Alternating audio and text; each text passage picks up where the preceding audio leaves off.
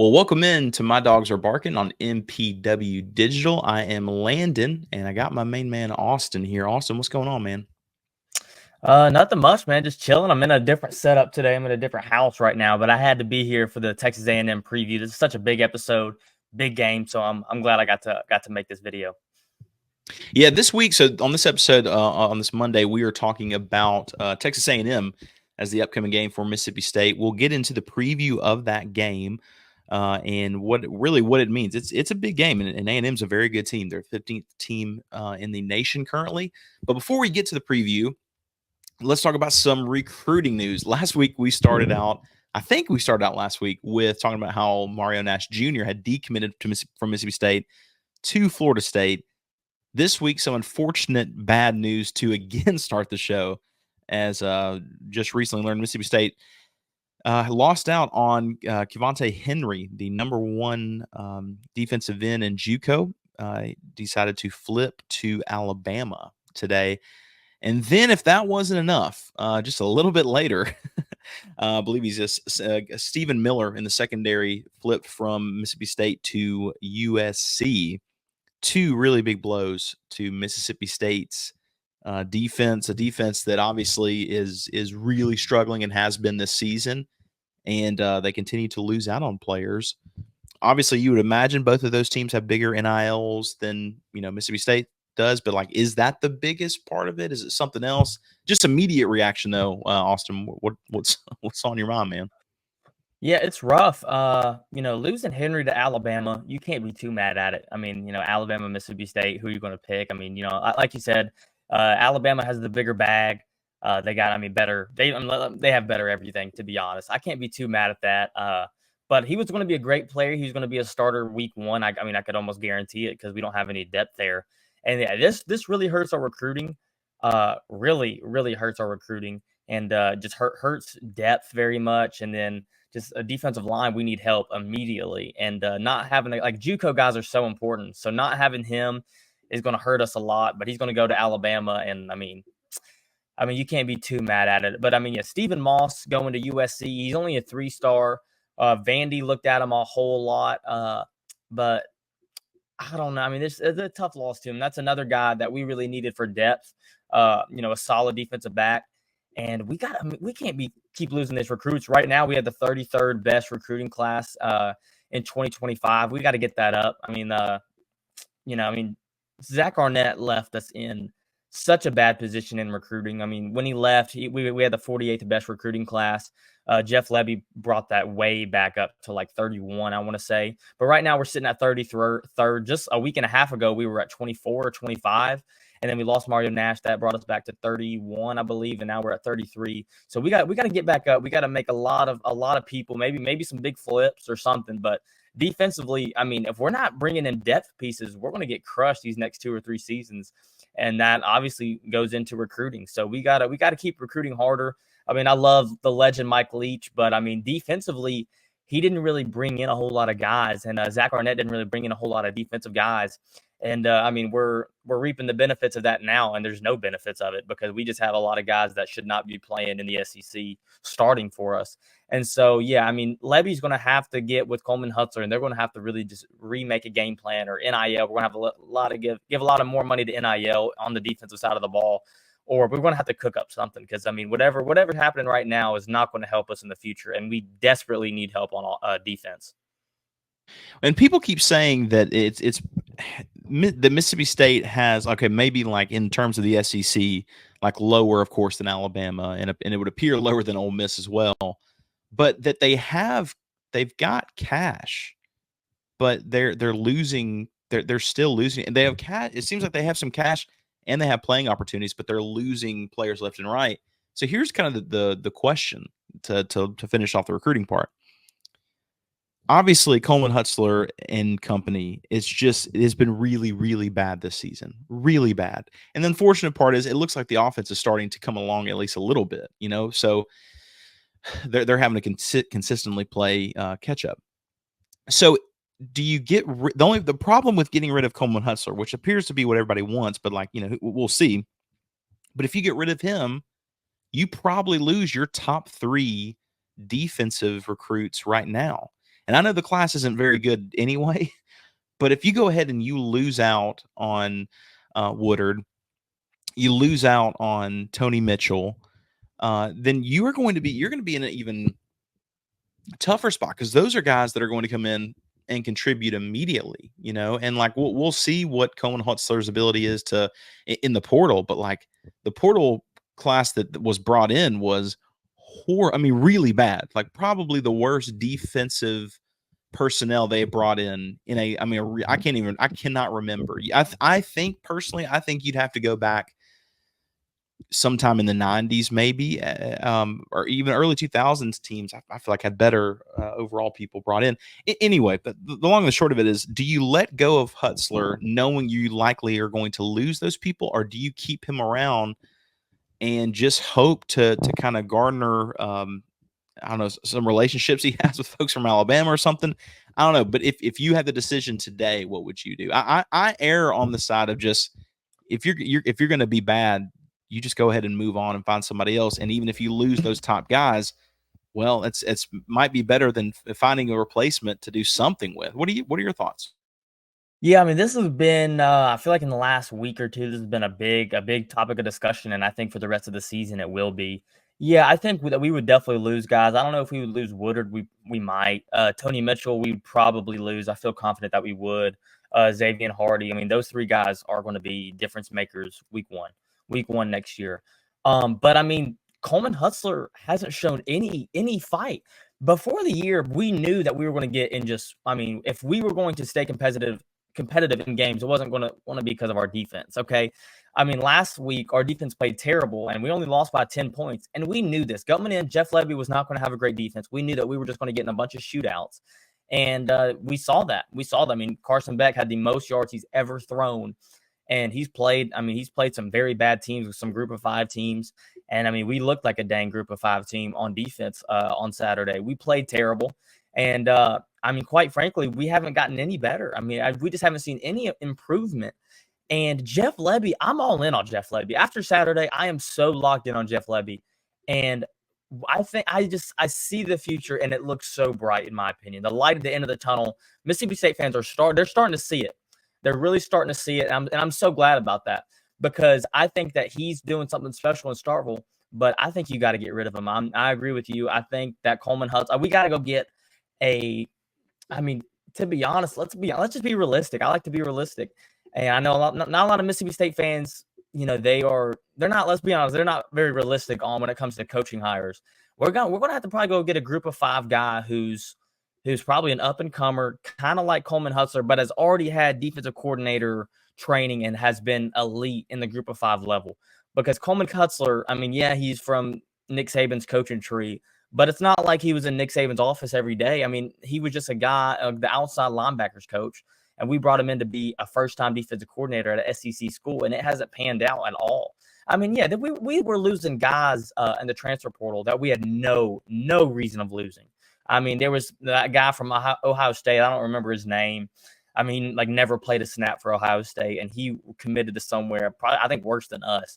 We were just losing all kind of guys, and then we were getting guys from Purdue who's never played, and it was a disaster. And we're seeing that now, like I said. And so Coleman Hutzler, I mean, if he's not showing any improvement, especially with these great high-power offenses like we're about to play Ole Miss, we're about to play Tennessee, we're about to play A&M, we're about to play Missouri, Luther Burden, Brady Cook. We're about to play some very high-powered offense, and I don't see us being competitive on the defensive side of the ball at all. And if we are, maybe we can revisit this, but we'll see.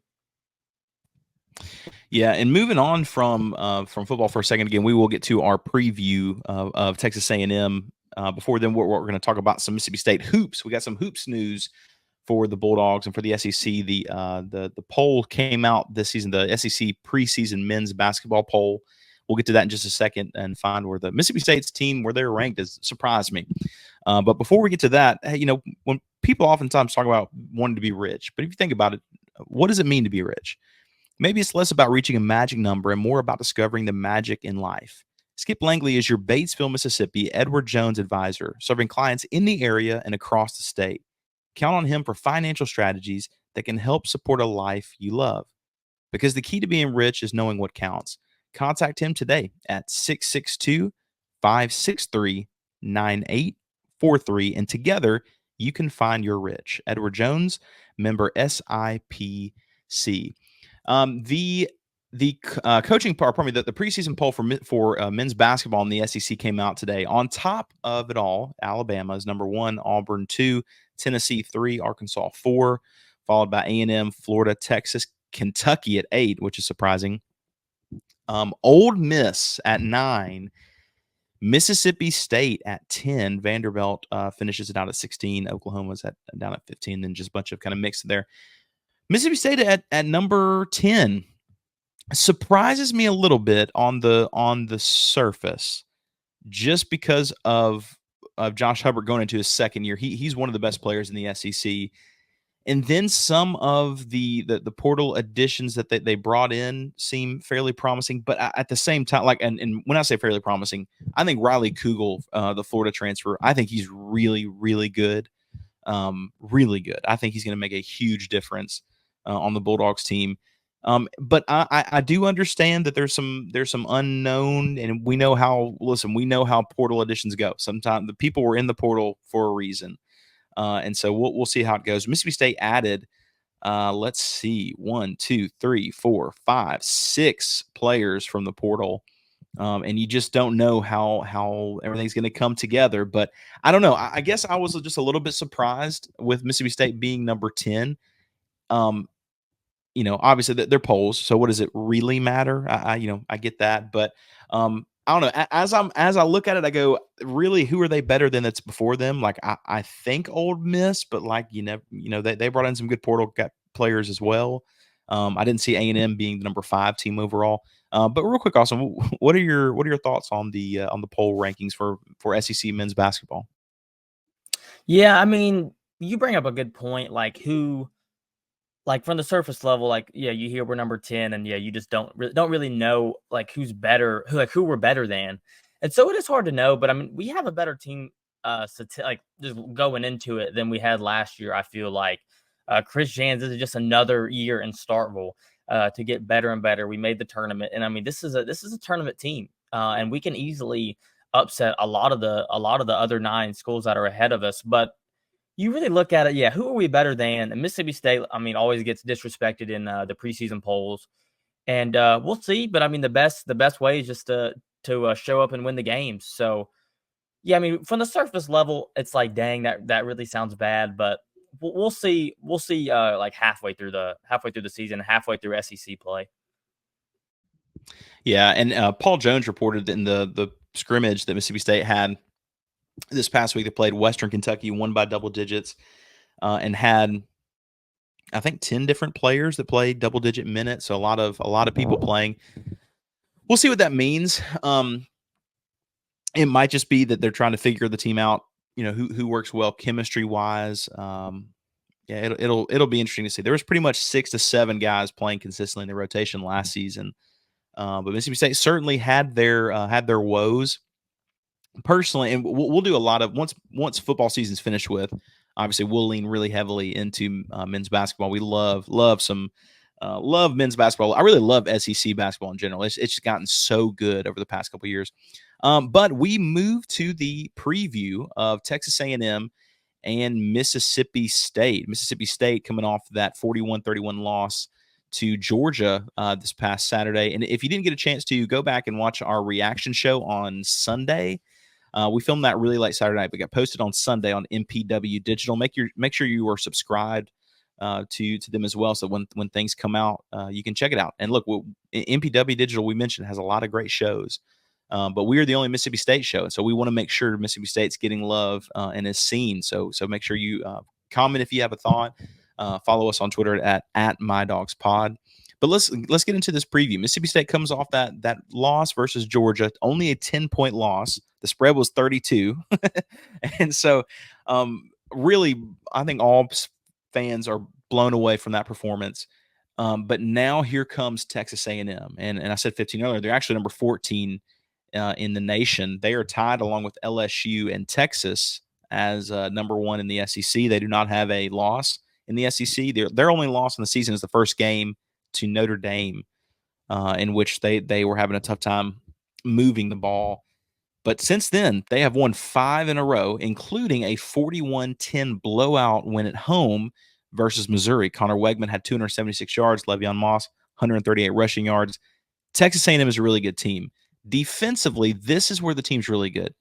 Defensively, Texas A&M is averaging they're only giving up about 18 points a game, and they have a couple different games that are under 20 points total for the opposing team. So Mississippi State comes into this game with a lot of momentum. They have the 2014 team being celebrated this Saturday. So I would assume that includes Dan Mullen and Chris Jones.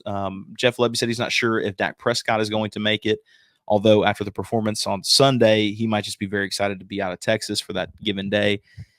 So it should be a lot of excitement for Mississippi State to remember that team and kind of celebrate that team. But Texas A&M is a really good team, Austin, and they are currently favored. They were favored at 15 points total, or 15 points starting yesterday, and has gone down to 14.5. It'll probably go down to 14 or 13.5 by the end of the week. What do you make of this matchup with Texas A&M and another first-year head coach Mike Elko? That's true. Very excited about it. First and foremost, I'll be in Texas, but come to Starkville, come to Davis Wade. Please pack it out. I mean, if Mississippi State just showed no fight against Georgia and Texas, I would say don't. There might be 15,000 people there, but we need all the support we can get. We got to show them that we really support them when they're fighting. And yeah, I mean they've really fought the past 2 weeks, and I'm really proud to be a Mississippi State fan. And so please come out. I'm about 90% sure that Dak Prescott's going to be there. I feel very confident in saying that. But yeah, it's going to be a very fun environment. Cowbell's got to be loud. We got to make it sure that Michael Van Buren feels very welcomed to be the starting quarterback here in Davis Wade. But yeah, big game. This is a massive game for Mississippi State. It would be quite an upset if we win this game. And let's be real, man. That Texas A&M defense has got some real guys on it. And this defense of Mississippi State does not have some real guys. They don't have anybody on that defense. And I don't know how we're going to be able to stop them. So I'm thinking it's going to be a high scoring by A&M. I think they're going to score a lot of points, but I'm going to be real. I'm going to be a realist. I like to be right. And I'm going to give it to Texas A&M. I don't think we're going to pull it off. I've seen this defense. I mean, we played 6 games. I've seen all 6 games. I know what our defense can do, and I know what they can't do. And I just don't think they're going to stop this offense. I mean, A&M embarrassed Missouri. It was a total embarrassment. And Texas A&M is a legit team, and they want to go to the playoff this year with Mike Elko as a first-year head coach. First year at Texas A&M as their head coach. Michael Van Buren's going to have to start off hot. I mean, he can't start out like he did against Georgia. We're going to have to start out hot, and we're going to have to get those deep balls going. And I know we can't rely on the deep ball every single Saturday, but when we're trying to upset a team like the number 14 team in the country, we're going to have to get them going just like we did against Georgia. And so if we get that high-powered offense, and if we can stay in the game, that would be awesome. Even if we just stayed in the game, that would be so awesome. And it would keep the fans returning because we got a couple more home games. We got to play Arkansas at home, UMass at home. And so, yeah, we got a couple more home games where we really need to pack it out. And I think they're going to show a lot of fight, but I'm giving it to A&M here. And I'm going to go 38-24, Texas A&M. That's interesting. 38-24. Okay.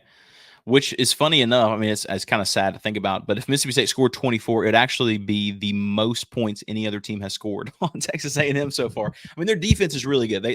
Their only loss, they gave up 23 and just could not move.